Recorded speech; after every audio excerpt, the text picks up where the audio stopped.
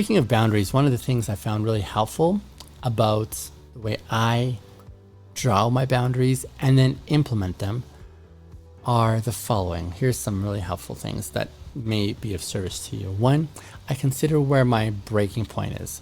And the breaking point I see or imagine as a cliff. And imagine, say, I'll just choose a simple scenario. Imagine someone knows how to really push my buttons, and they love doing it.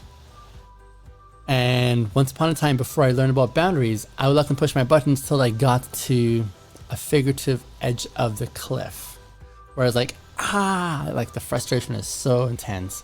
And all I wanted to do was jump off that cliff because I could take it no longer. Well, learning my boundaries has enabled me now to be aware that this is my breaking point. Here is the point at which I can handle X, Y, and Z no longer. And as a result, this is where my breaking point is, the edge of the cliff. I don't want to meet the edge of the cliff. I don't want someone to push my buttons so that I get to this point at the edge of the cliff. So in the putting together of my boundaries, what I do now is I scale back from the cliff. I start taking some steps backwards from the cliff in the progression that I've come to understand. Here's how I progress towards the edge of the cliff when someone pushes my buttons.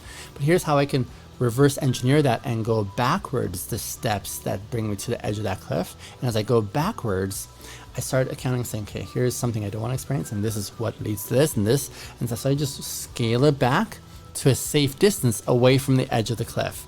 And now that I'm away from the edge of the cliff, this is where I draw my boundary. And I draw my boundary here because this is where I feel safe now. I don't ever have to experience all the unhappiness past this zone over here.